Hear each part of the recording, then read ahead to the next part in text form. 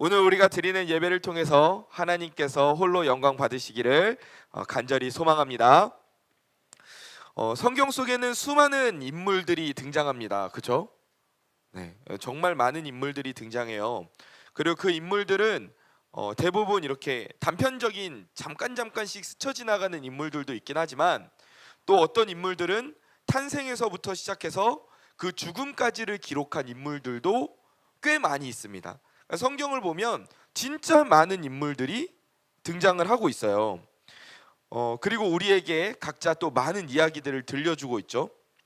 각 사람의 이야기들만 가지고도 진짜 그 수많은 드라마들을 만들어낼 수 있을 정도로, 그 정도로 성경에는 다양한 계층, 다양한 성격, 다양한 환경에 놓여 있는 그런 사람들의 이야기를 입체적으로 성경은 그려내고 있습니다. 그런데 왜 하나님께서는 굳이 이렇게 많은 인물들의 이야기를 성경에 기록하셨을까? 왜 그러셨을까요? 무슨 레포트 약 늘리기 하는 것도 아니고 그냥 이렇게 요점만 딱 이렇게 기록하셔서 진짜 필요한 말씀만 딱딱딱 적어주시면 우리 성경책도 가벼워질 것 아니겠어요? 두껍지 않고 가볍게 이렇게 포켓에 넣어서 딱 가지고 다닐 수 있을 텐데, 왜 하나님께서는 그렇게 많은 인물들의 이야기를 기록하셔서 우리가 성경 통독을 하려면 1년이 걸리고 이렇게 만들어 두셨을까? 물론 제가 그렇다고 해서 하나님께 뭐 이렇게 제가 뭐 이렇게 투정 부리는 건 아닙니다. 왜 이렇게 다양한 인물들의 이야기를 기록하셨을까? 심지어 한 인물을 조명할 때 똑같은 인물을 당사자가 설명하는 인물, 스스로가 설명하는 모습, 또 하나님이 보는 관점으로 또 기록하고, 그리고 또 주변에서 보는 관점으로 그 사람을 또 기록해요. 그러니까 어떤 특정한 사람을 진짜 많은 사람의 관점으로 또 기록해 놓는 그런 인물들도 있거든요. 왜 그렇게 기록을 했을까? 왜냐하면 하나님께서는 우리가 앞서 살아간 사람들의 이야기를 통해서 우리의 삶을 그 인물들의 삶에 비춰보기를 원하셨기 때문이에요. 로마의 황제이자 철학가였던 마르쿠스 아우렐리우스가 이런 말을 했어요. 누군가의 과오가 못마땅하거든 즉시 자신에게로 돌아가서 자신도 비슷한 과오를 범하고 있는지를 되돌아보라, 이렇게 이야기를 했어요. 다른 사람의 잘못이, 다른 사람의 단점이 못마땅하거든 나에게도 그런 단점이 있지는 않는지 즉시 되돌아보라는 말이었어요. 물론 이 황제는 자기 과오부터 돌아봤어야 했어요. 왜냐하면 기독교를 굉장히 심하게 박해했던 황제입니다. 자기 과오부터 돌아봤어야 되는데, 근데 어쨌건 이 사람이 굉장히 의미 있는 말을 했다는 거죠. 하나님께서도 같은 마음이셨어요. 성경 속에 나오는 그 수많은 인물들의 이야기들을 보면서 우리의 삶을 그 인물들에게 비춰보는 거예요. 그리고 나의 삶의 방향을 조정해서 하나님의 뜻을 향해서 다시 맞춰가는 거예요. 아, 이러한 삶의 모습을 하나님께서 기뻐하셨구나. 아, 이러한 삶의 모습은 하나님께서 기뻐하시지 않으시는구나. 또 성경 인물들을 보면 기가 막히게 나의 상황과 지금 같은 처지에 놓인 인물들도 나오거든요. 또 그런 인물들을 보면서 내가 이 막막함 속에서 어떻게 이 위기를 꿰뚫고 나아갈 것인가, 또 우리가 그 인물들의 삶을 통해서 무엇을 해야 되고 무엇을 하면 안 되는지를 배울 수 있다는 거예요. 그래서 성경을 보면 그 인물들의 좋은 부분만 기록하고 있지 않습니다. 그런 목적으로 쓰인 책이기 때문에 성경은 그 인물의 좋은 점만 기록하지 않아요. 만약에 우리에게 그냥 좋게 해서 이렇게 기록을 남기실 생각이셨다면 좋은 점만 기록을 많이 했겠죠. 그런데 하나님의 성경을 기록하신 목적, 그 인물들의 이야기들을 다 기록하신 목적은 그게 아니었어요. 그 사람의 장점을 통해서, 또 단점을 통해서, 그 사람이 무너지면 또 그 무너지는 모습을 통해서, 그 사람이 자빠지면 그 자빠지는 모습을 통해서, 심지어 죄를 짓는 모습까지도 하나님께서 기록해 두셨다는 거예요. 하나님이 그렇게 기록하신 이유는 후대까지 대대로 어디 한번 망신 좀 당해봐라, 이렇게 기록하신 게 아니라, 너 그래 죄 지었지, 그래 내가 이거 성경에 쓸 거야, 너 이제 수천 년 동안 다른 사람들이 너 네 죄 이제 다 읽을 거야, 이렇게 하나님이 그렇게 그런 심정으로 기록하신 게 아니라, 그 이야기를 통해서 야, 너희들도, 그러니까 우리들도, 너희들도 지금 얘처럼 똑같은 죄성을 가지고 있기 때문에 너희도 지금 얘처럼 넘어질 수 있어. 너희도 똑같은 잘못할 수 있어. 지금 이야기 들으면서 손가락질 할 게 아니야. 너도 같은 상황이 있을 수 있어.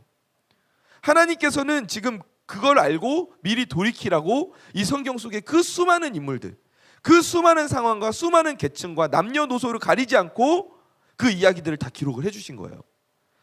여러분, 이 하나님의 사랑이 느껴지십니까?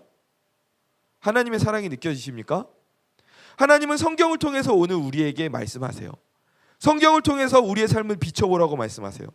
그리고 오늘 말씀 속에 등장하는 인물 또한 그 인생의 이야기를 통해서 하나님께서 우리에게 말씀하고자 하시는 바가 있어요. 그 사람의 이름이 누굽니까? 오늘 말씀 속에 등장하는 사람, 삼손. 손이 세 개여서 삼손이 아니고, 네. 하하하하. 네. 그래요. 삼손이에요, 삼손. 네. 네, 삼성 아닙니다. 삼손. 오늘 우리가 삼손 이야기를 통해서 또 하나님께서 우리에게 무엇을 말씀하고자 하시는가? 여러분 너무 이렇게 냉정한 반응을 보이면 제가 이렇게 그 뒤에 말씀을 풀어갈 수가 없어요. 네.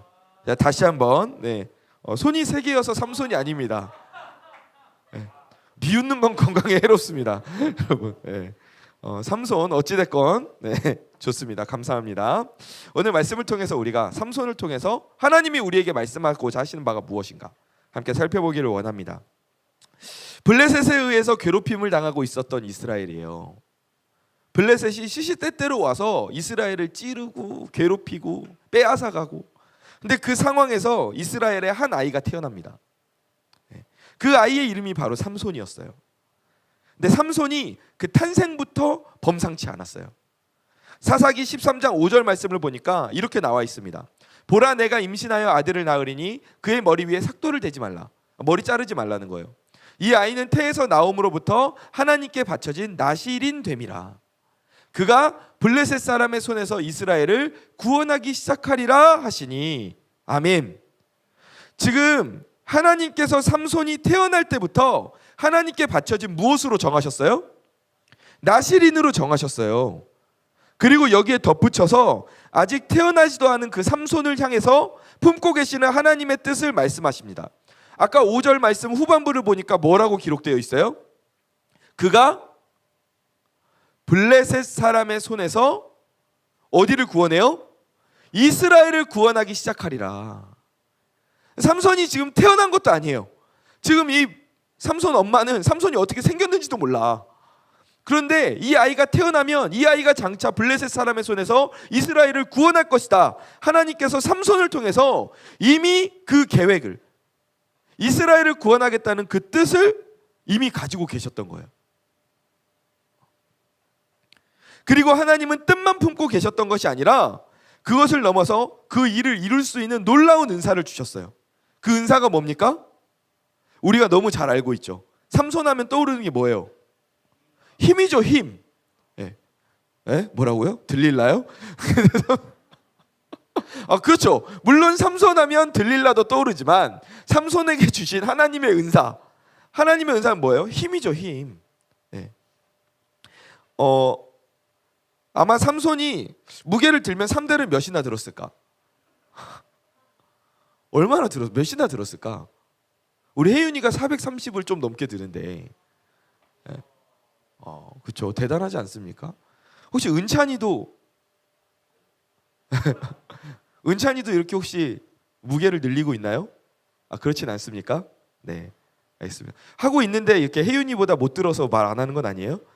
아니죠? 네, 알겠습니다. 어쨌건 우리 그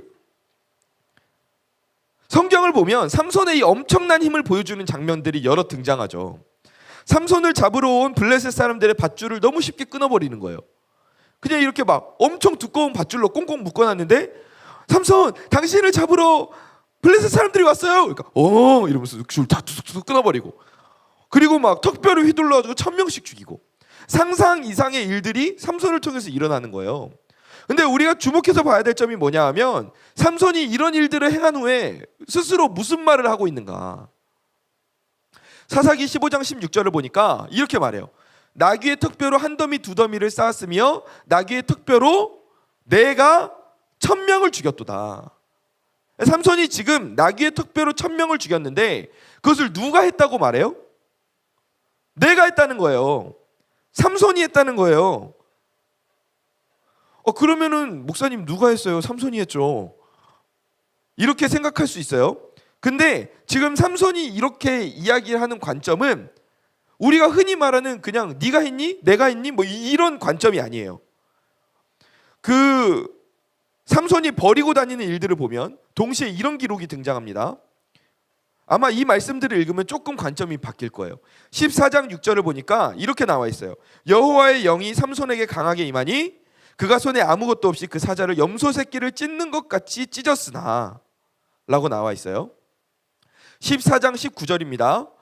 여호와의 영이 삼손에게 갑자기 임하심에, 산손이 아니라 삼손이죠. 삼손이 아스글론에 내려가서 그곳 사람 30명을 쳐 죽이고 노략하여 라고 기록되어 있어요. 그리고 15장 14절을 보니까 또 뭐라고 기록되어 있냐 하면 삼손이 레히의 이름에 블레셋 사람들이 그에게로 마주 나가며 소리 지를 때 여호와의 영이 삼손에게 갑자기 임하심에 그의 팔 위에 밧줄이 불탄 삼과 같이 그의 결박되었던 손에서 떨어진지라. 여러분, 이 세 말씀의 공통점이 뭐예요?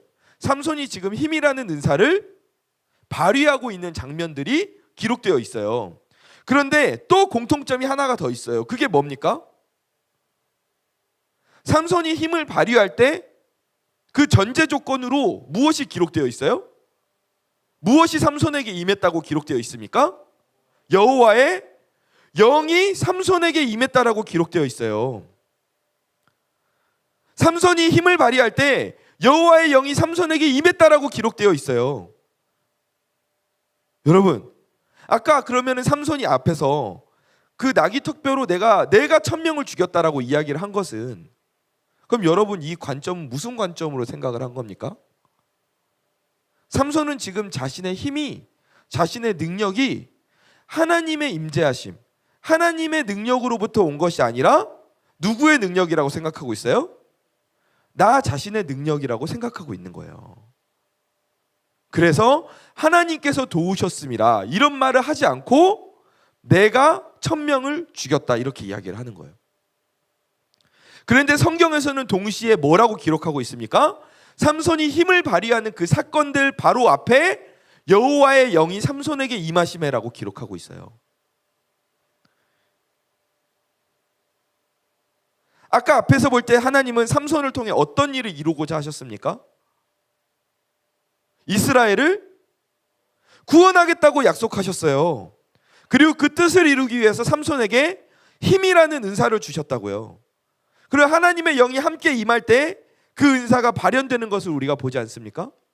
그런데 삼손은 앞서 말한 것처럼 그 힘을 무엇을 위해서 사용하고 있냐 하면 자기 과시를 위해서 사용하고 있는 거예요. 하나님의 뜻을 위해서 이렇게 그 뜻을 보이고 힘을 보이는 게 아니라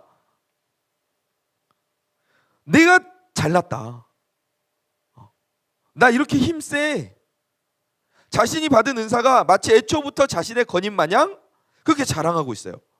내가 했어, 내가 1000명을 죽였어. 삼손은 하나님이 주신 은사를 사람들 앞에 자기를 드러내고 그리고 여인들의 관심을 받는 데 사용을 했어요. 진짜 엉뚱한 데 그 은사를 사용을 한 거죠. 그래서 이렇게 들릴라 같은 여인이 와서 삼손한테 샘손, 샘손 막 이러면서 와가지고 삼손 너무 멋있어 막 이럴 때 아무런 반응을 보이지 않는 우리 대학부는 저의 명연기에 빠졌군요. 네. 그렇게 하면서 올 때 막 이렇게 그럼 정신 못 차리고 막 그치 맞아 나 힘세 막 이러면서 지낸 거예요. 네. 바보같이. 하나님께서 삼손에게 주신 은사의 목적이 뭐예요? 이스라엘을 구원하기 위해서 은사를 주셨어요. 근데 삼손은 지금 그 목적을 잃어버리고 엉뚱한 곳에다가 다 허비하고 있는 거예요. 여자들한테 관심 받고 사람들에게 자기 자신을 높이는 데 사용하고 있어요. 지금 삼손은 하나님이 주신 은사를 어떻게 지금 보고 있어요? 소중하게 여기고 있습니까? 아니면은 안 소중하게 여기고 있습니까? 전혀 소중하게 여기지 않는 거예요. 만약에 자신이 그 은사를 소중히 여겼다면 그렇게 교만한 모습을 보일 수 있었겠느냐는 거죠. 애초에 지금 그 은사가 하나님께서 주신 것이라는 자각조차 못하고 있는 게 바로 지금 삼손의 상태인 거예요. 여러분, 이런 삼손의 모습을 보면서 어떤 생각이 드십니까? 어떤 생각이 드세요? 하나님께서 우리 각 사람에게 하나님은 재능과 은사를 허락해 주셨습니다. 이 사실을 믿으십니까? 믿으십니까? 믿어지지 않을지라도 그게 사실이에요. 하나님은 여러분에게 재능과 은사를 주셨단 말이에요. 재능은 하나님께서 모든 인류에게 허락하신 각자의 은혜이고, 은사는 하나님 나라와 하나님의 뜻을 위해서 하나님께서 신자들에게 베풀어 주신 특별한 은혜란 말이에요. 여러분, 하나님 믿으십니까? 여러분, 하나님의 자녀예요? 자녀예요? 그러면 하나님께서 우리에게 주신 은사가 있단 말이에요. 넌 내 자녀야. 너 나랑 같이 하나님 나라 일하기 위해서 내가 너에게 주는 은사가 있어. 그 은사를 같이 잘 활용해서 나와 같이 일하자. 하나님은 그렇게 은사를 우리에게 다 주셨단 말이에요. 그런데 혹시 우리도 삼손처럼 하나님이 나에게 주신 그 은사를 소중히 여기지 않고 오히려 나의 잘남과 과실을 위해서 사용하고 있지는 않는가? 그 은사가 애초에부터 내 것인 것 마냥, 여러분, 그렇게 사용해서는 우리가 절대 안 된다는 거예요. 우리가 삼손 이야기 너무 잘 알죠. 삼손 그 이후에 어떻게 됩니까? 실패해요. 무너집니다.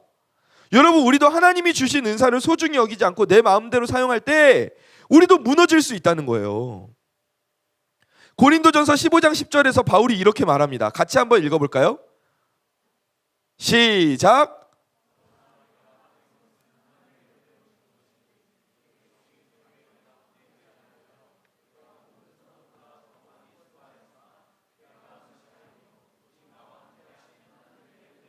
아멘. 바울이 고백한 대로 우리는 오직 하나님의 은혜로 놀라운 은사를 받았어요. 믿으십니까? 하나님은 나에게 주신 그 은사를 소중히 여기고 감사하고 기뻐하는 사람에게 하나님은 더 큰 은혜를 부어주시는 거예요. 여러분, 그래서 우리는 나 자신을 돌아봐야 돼요. 하나님이 나에게 어떤 것을 주셨지? 하나님이 왜 나에게 그 은사를 주셨을까? 아주 사소한 것이라도 왜 하나님이 나에게 그 은사를 주셨을까? 그 은사로 하나님이 나를 통해 무엇을 이루기 원하실까? 하나님 알려주세요. 제가 그 뜻을 따르겠습니다. 아멘. 우린 이 질문을 계속해서 던져야 돼요. 우리 혜윤이가 열심히 힘을 키우고 있어요. 카톡 프사에다가 써놨더라고요. 자기가 지금 얼마나 들고 있는지. 여러분, 이 힘이 어떤 은사로 발휘가 될 수 있겠습니까? 교회에서 무거운 거 나를 때, 다른 사람들은 하나씩 들 때 혜윤이는 2-3개씩 들 수 있는 거예요. 여러분, 이게 은사입니다. 은사. 네. 은사예요. 은사. 가벼운 농담이었고요. 여러분, 우리가 하나님께서 우리에게 주신 은사가 있어요. 아멘. 그 은사를 발견하고 그 은사를 하나님의 뜻에 맞게 사용하는 저 여러분이 되길 축원합니다. 우리 다시 돌아가서 삼손이 힘을 발휘할 때 성경에서 아까 무엇이라고 기록했죠? 무엇이 삼손에게 임했다고요? 여호와의 영이 임했대요. 하나님의 영이 삼손에게 임했대요. 그런데 16장 20절을 보면 또 재미있는 말씀이 기록되어 있어요. 들릴라가 이르되 삼손이여 블레셋 사람이 당신에게 들이닥쳤느니라 하니 삼손이 잠을 깨며 이르기를 내가 전과 같이 나가서 몸을 떨치리라 하였으나 뭐라고 기록되어 있어요? 여호와께서 이미 자기를 떠나신 줄을 깨닫지 못하였더라. 지금 삼손이 어떤 처지냐면 들릴라의 유혹에 넘어가서 머리카락을 잃어버리고 힘도 잃어버린 상태예요. 근데 동시에 성경에서 뭐라고 말합니까? 여호와께서 지금 삼손을 떠나셨다고 말해요. 그러니까 삼손은 자신의 힘이 머리카락에서 나온다고 생각해서 머리카락만 나는 지키면 된다라고 생각했어요. 뭐 물론 그조차 지키지 못했지만 어쨌건 삼손은 그렇게 생각했어요. 그런데 삼손의 힘의 근원은 머리카락에도 있었지만 머리카락에만 있었던 게 아니었어요. 오늘 말씀을 보니까 그 은사의 근원, 삼손에게 주셨던 그 힘의 근원이 머리카락에만 있었던 것도 아니고 자신의 능력도 아니고 삼손의 힘은 어디에서 발현되었던 겁니까? 하나님의 임재하심에서 발현되었던 거예요. 하나님이 삼손과 함께 하실 때 그 힘이 발휘가 된 거예요. 그러니까 하나님과의 약속이 깨지자 하나님은 삼손을 떠나셨고, 하나님이 분명히 삼손이 태어날 때 하나님과 약속하셨잖아요.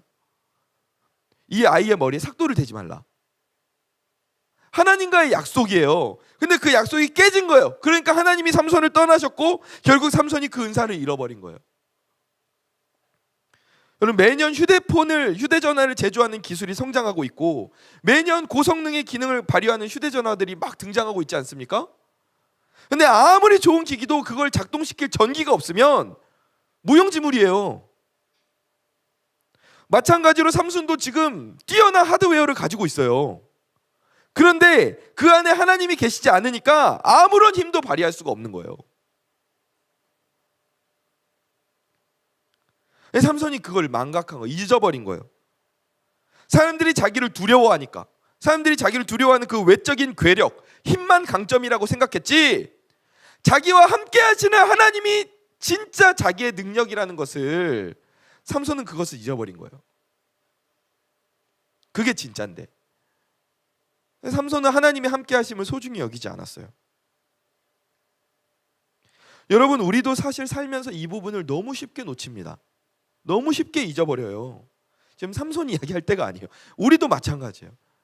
내 은사와 능력에 너무 심취하고 집중한 나머지 하나님의 함께 하심을 소홀히 할 때가 너무 많단 말이에요. 내 능력을 키워야 해. 내 스펙을 올려야 해. 좋은 직장을 가야 해. 많은 연봉을 받아야 해. 그런데 그것보다 더 중요한 게 뭡니까? 하나님의 함께 하심이라고요. 아멘. 하나님이 함께 하시지 않으면 우리 인생에 그 어떤 보물과 좋은 것들이 있다 할지라도 그게 다 무슨 소용이 있겠냐고요. 그렇다고 목사님 그럼 저 오늘부터 공부 안 하겠습니다, 그러라는 말이 아니에요. 여러분, 꼭 그렇게 오해하지 말고 우선순위가 있다는 거예요. 하나님과 함께 하심을 추구하는 게 우리 삶의 가장 큰 우선순위라는 거예요. 그게 우리 인생에서 핵심이에요, 핵심. 하나님과 동행하는 저와 여러분이 되기를 주님의 이름으로 간절히 축원합니다. 여러분, 이렇게 삼손은 하나님의 은사를 소홀히 여겼어요. 소중히 여기지 않았어요. 그리고 하나님의 함께 하심을 소중하게 여기지 않았어요. 근데 하나님께서 참 은혜가 되는 것은 하나님께서 이런 삼손을 끝까지 지켜보고 계시다는 거예요. 끝까지 바라보고 계신다는 거예요. 이제 삼손이 머리카락이 밀리고 힘을 잃고 블레셋 사람들에게 잡혀가서 눈이 뽑히고 감옥에 갇혀서 맷돌을 돌리면서, 맷돌 이게 아닙니다, 여러분.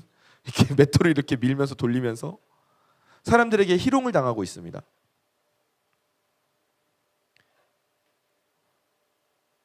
희망이 없죠. 희망이 없죠. 근데 하나님은 그 삼손의 마지막 순간에 삼손이 하나님께 올려드리는 기도를 듣고 계셨어요. 오늘 본문 28절을 보면 삼손이 여호와께 부르짖어 이르되 주 여호와여 구하옵나니 나를 생각하옵소서. 하나님이여 구하옵나니 이번만 나를 강하게 하사 나의 두 눈을 뺀 블레셋 사람에게 원수를 단번에 갚게 하옵소서 하고. 아멘. 여러분, 사실 그 앞에 있는 삼손의 이야기들을 쭉 읽어보면 삼손이 하나님께 기도하는 장면이 하나도 없어요.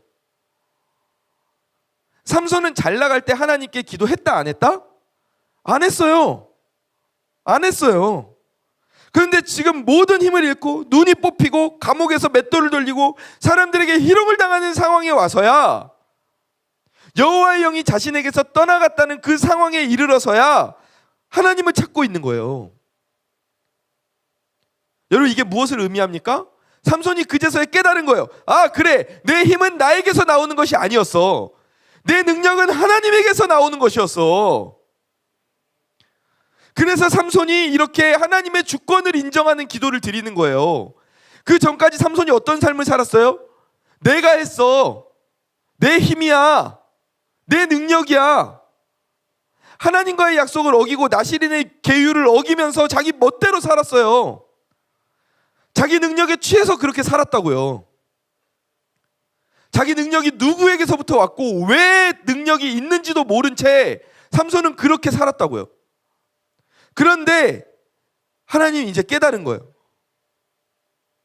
그래서 하나님의 주권을 인정하는 기도를 드리는 거예요. 주 여호와여 구하옵나니, 하나님이여 구하옵나니, 이번만 나를 강하게 해달라고. 이번만 나를 강하게 해달라고. 주 여호와여 구하옵나니. 여러분, 참 인간이 연약하고 어리석지 않습니까? 야곱도 창세기 28장 16절을 보니까 이렇게 고백해요. 야곱이 잠이 깨어 이르되 여호와께서 과연 여기 계시거늘 내가 알지 못하였도다. 지금 야곱은 형과 아버지를 속이고 세상의 성공을 향해서 막 달려가고 있던 중이었어요. 근데 그 와중에 일이 꼬이고 광야에 던져지는 지금 절망적인 상황이거든요. 근데 이 상황에 이르러서야 깨닫는 거예요. 여호와께서 과연 여기 계시는구나. 하나님께서 과연 지금 나와 함께 계시는구나. 그런데 내가 알지 못하였구나. 삼손도 마찬가지였어요. 삼손이 고백합니다. 본문 30절이에요. 삼손이 이르되 블레셋 사람과 함께 죽기를 원하노라 하고 힘을 다하여 몸을 굽히네. 여러분, 이제 그제서야 깨달은 삼손은 그 마지막 순간에 결단하는 거예요. 내 삶이 끝나더라도 내 삶이 하나님의 뜻에 붙들려서 쓰임받기를 원합니다. 여러분, 그 결과 어떻게 됩니까? 그 결과 뒤를 보니까 어떻게 돼 있어요? 그 집이 곧 무너져 그 안에 있는 모든 방백들과 온 백성에게 덮이니 삼손이 죽을 때에 죽인 자가 살았을 때 죽인 자보다 더욱 많았더라. 여러분, 그때는 블레셋의 축제였어요. 축제일. 그래서 블레셋의 유력한 사람들을 포함해서 수많은 블레셋, 거의 모든 사람들이 다 모여있다고 해도 과언이 아닐 정도로, 그 정도로 그곳에 빽빽하게 사람들이 몰려 있었던 상황이었어요. 근데 그 가운데에서 삼손이 하나님의 뜻에 쓰임을 받는 거예요. 여러분, 놀랍지 않습니까? 삼손이 태어날 때 하나님이 그를 위해서 어떤 뜻을 품으셨다고 했죠? 이 아이가 블레셋의 손에서 이스라엘을 구해낼 것이라고 하나님 말씀하셨어요. 그리고 지금 그 말씀이 결국 성취가 되는 거예요. 삼손이 태어나기 전에 하나님께서 삼손을 향해서 품으셨던 그 뜻이, 삼손이 하나님의 손에 붙들림 받았을 때 하나님을 인정하고 하나님의 능력을 바라볼 때 그 인생을 통해서 하나님께서 그 뜻을 성취하시는 거예요. 놀랍지 않습니까? 우리가 보기에 삼손은 어쩌면 실패한 인생처럼 보일 수 있어요. 망난이죠. 망난이에요, 사실 어떻게 보면. 그런데 하나님께서 히브리서 말씀을 보면 이 삼손의 이름을 믿음의 사람들의 목록에 같이 포함시켜 놓으셨어요.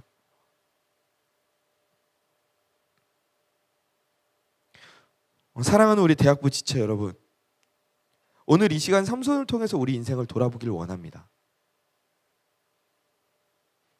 내가 지금까지 살아온 인생을 돌아볼 때 내가 시간을 허비하고 내가 어리석게 살지는 않았는가? 나에게 주신 하나님의 은사와 하나님의 임재하심, 함께하심을 내가 소홀히 여기지는 않았는가? 목사님, 너무 소홀히 여겼던 것 같은데요.